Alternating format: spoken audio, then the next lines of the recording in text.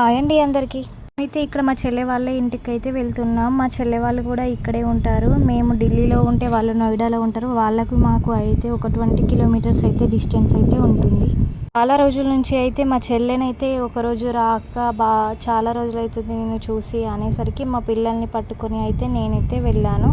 దాన్ని మా పిల్లల్ని పట్టుకొని ఎందుకు వెళ్ళాల్సి వచ్చింది అంటే సండే అయినా మీ ఆయనతో వెళ్ళొచ్చు కదా అని అనుకోవచ్చు. ఆయనకైతే షిఫ్ట్ల వైజ్గానైతే డ్యూటీ నడుస్తుంది. ఏ షిఫ్ట్ వచ్చినా అని కంపల్సరీ అది morning to afternoon to evening అయితే కంపల్సరీ ఏదో ఒకటి అయితే చేయాల్సిందే. అయితే ఆయన అయితే ఆ రోజు మార్నింగ్ అయితే వెళ్ళిపోయాడు. ఇక్కడికి వెళ్ళాల్సి వచ్చినా ఏదైనా చూడాల్సి వచ్చినా డ్యూటీ అయితే కంపల్సరీగా చేయాల్సిందే కదా. అయితే మా ఆయన నాకు ముందే చెప్పేశాడు, అనిత నువ్వైతే వెళ్ళిపో పిల్లల్ని తీసుకొని ర్యాపిడోలో బుక్ చేసుకొని. అయితే డ్యూటీ అయిపోయిన తర్వాత మధ్యాహ్నం అయితే అక్కడ నుంచి మెట్రో అవైలబుల్ ఉంది కాబట్టి డ్యూటీ నుంచి అక్కడ నుంచి అటే నేను వచ్చేస్తాను అని చెప్పాడు. సండే రోజు కూడా డ్యూటీలో ఉండడంతో అయితే ఏదో ఒక రోజు వెళ్ళాల్సిందే అని మేమైతే కంపల్సరీగా వెళ్ళాల్సి వచ్చింది. వాళ్ళు కూడా మా చెల్లె కొడుకుతో కొద్దిగా స్పెండ్ చేసినట్టు ఉంటుంది కాబట్టి మేమైతే మార్నింగ్ ర్యాపిడో బుక్ చేసుకొని అయితే వెళ్తున్నాం అన్నమాట. మా మరిది అయితే ఇక్కడే నోయిడాలో అయితే జాబ్ చేస్తున్నాడు కాబట్టి వాళ్ళైతే ఇక్కడే ఉండాల్సి వస్తుంది. మేమైతే ఇంటి నుంచి అయితే మార్నింగ్ 7కి అట్లా బయలుదేరినాం. అక్కడికి రీచ్ అయితే మేము ఒక 8:30 వరకు అయితే రీచ్ అయ్యామన్నమాట. అక్కడికి వెళ్ళగానే అయితే మా మరిది మమ్మల్ని అయితే పికప్ చేసుకున్నాడు. కార్ అయితే వాళ్ళ ఇంటి దగ్గర నుంచి కొద్దిగా డిస్టెన్స్లో దింపాడు కాబట్టి మేమైతే నడుచుకుంటూ వాళ్ళ రూమ్కి అయితే వచ్చేసాం. పెళ్ళి కొడుకు అయితే నన్ను చూడగానే వీళ్ళు ఎవరో అన్నట్టుగా అయితే నన్ను చూస్తూ కొద్దిగా టైం వరకు అయితే వాడు తేరుకోలే. మళ్ళీ తర్వాత కొద్దిగా టైం వాడితో స్పెండ్ చేసిన తర్వాత అయితే మామూలుగా అయిపోయాడు అన్నమాట. చిన్నపిల్లలు ఎవరైనా ఇంతే కదా. అక్కడికి వెళ్ళిన తర్వాతనైతే మా పిల్లలిద్దరు కూడా మా చెల్లె కొడుకుతో తెగ ఆడేసుకున్నారు. మా చిన్నోడికి మా పెద్దోడికి అయితే ఇక చాలా ఎంజాయ్ అయిపోయింది. పిల్లలు ఎంత బాగా ఆడుకుంటారు ఇక తెలిసిన విషయమే కదా. అక్కడైతే అన్ని టాయ్స్ అయితే ఉన్నాయి, టాయ్స్తో ఆడుకున్నారు. తర్వాత మా పెద్దోడు అయితే కొద్దిగా కొత్త ప్లేస్ కాబట్టి కొద్దిగా ఏడ్చాడు అనమాట. మా మరిది అయితే కోసం అయితే biryani and chicken fried rice అలా అన్నీ చేశాడనమాట.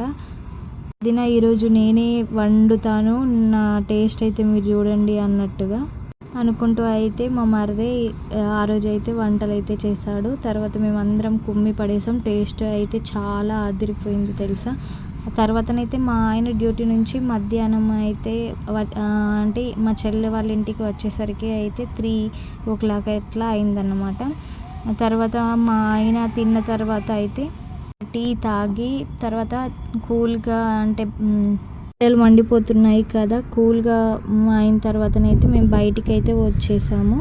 బయటకు వచ్చిన తర్వాత అక్కడ మార్కెట్ చూస్తేనైతే నేనైతే షాక్ అయిపోయాను. అసలు తప్పిపోతే మాత్రం అసలు దొరకడు తెలుసు. అసలు పిల్లల్ని అయితే మా మరిది వాళ్ళ కొడుకుని మా ఆయన మా కొడుకుని అయితే ఎత్తుకొని ఒక 2-3 కిలోమీటర్స్ అయితే అందులోనే తిరిగాము. నోయిడాలో అయితే మార్కెట్ చూస్తే అయితే షాక్ అవుతారు. ఏది చూసినా కానీ మాకు కొనాలనిపించింది. ఇక్కడ అయితే టీ కప్స్ అన్నమాట. మా ఆయననైతే ఒక గ్లాస్ బాటిల్ తీసుకోవాలని అనుకుంటున్నాడు డ్యూటీకి తీసుకెళ్ళేటప్పుడు. అయితే ఇక్కడ అదే చూస్తున్నారు. ఆ టీ కప్స్ అయితే నాకు కొనుక్కోవాలనిపించింది కాబట్టి మేము రిటర్న్లో వెళ్ళేటప్పుడు మెట్రోలో వెళ్తాం. మళ్ళీ తర్వాత పిల్లలు ఇంకా లగేజ్ కూడా కొన్ని ఐటమ్స్ అయితే తీసుకెళ్ళాల్సింది ఉండే, అందుకని మేమైతే అక్కడ కొనుక్కోలేము. మా ఇంటి దగ్గర నియర్ బై ఒక మార్కెట్ జరుగుతుంది థర్స్డే అక్కడే కొనుక్కుంటాము అని మేము అనుకున్నాం. ఇక్కడైతే అన్నీ మొత్తం తిరిగిన తర్వాతనైతే కూరగాయల మార్కెట్కి వచ్చి బోడ కాకరకాయలు అనేది మా ఆయనకి ఇష్టమని మా చెల్లె మా మరిది అయితే తీసుకుంటున్నారు. ఇక్కడ అవే చూస్తున్నాం అనమాట.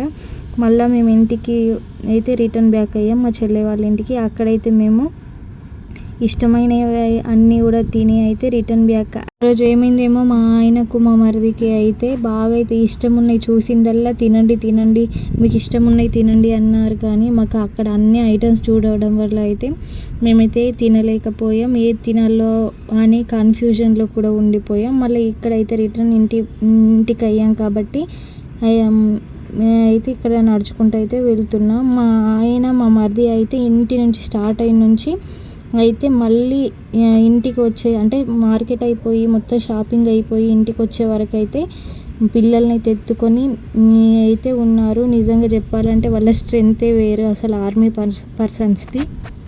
మనమైతే వాళ్ళలాగా అస్సలు ఉండలేము. ఉంటే ఒక 1 డే ఉండగలుగుతాం కానీ వాళ్ళంత వెయిట్ కానీ వాళ్ళంత హెల్తీ పరంగా కానీ అసలు ఉండలేము. వచ్చిన తర్వాతనైతే మా పిల్లలు ఇద్దరు అయితే ఆడుకున్నారు. మా చిన్నోడైతే ఇక పడుకోవడానికి రెడీ అవుతున్నాడు. మేము వచ్చేటప్పటికే అయితే మేము 9:30 అట్లా అయింది నైట్.